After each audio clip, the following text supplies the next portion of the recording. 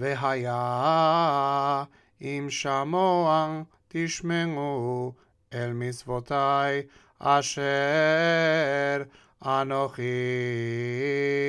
מצווה אתכם היום לאהבה את אדוני אלוהיכם ולעובדו בכל לבבכם ובכל נפשכם. ונתתי מטר ארצכם מריתו יורה ומלקוש, ואספת דגניך ותירושך ויצריך. ונתתי עשב בשדך לבהמתך, ואכלת ושבעת.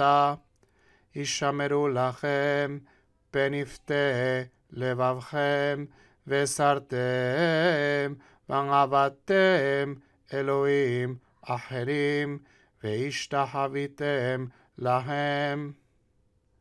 וחרה אף אדוני בכם, ונצר את השמיים,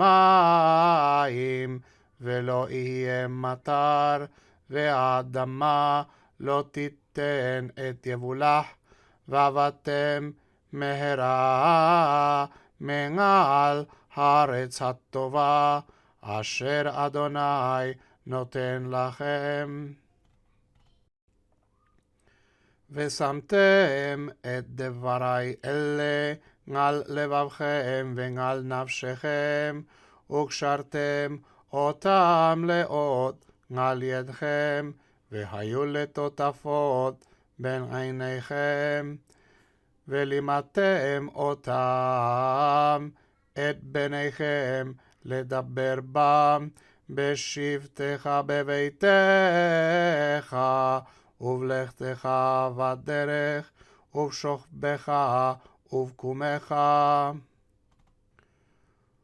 וכתבתם על מזוזות ביתך ובשעריך, למען ירבו ימיכם וימי בניכם על האדמה אשר נשבע אדוני לאבותיכם לתת לכם, כימי השמיים על הארץ.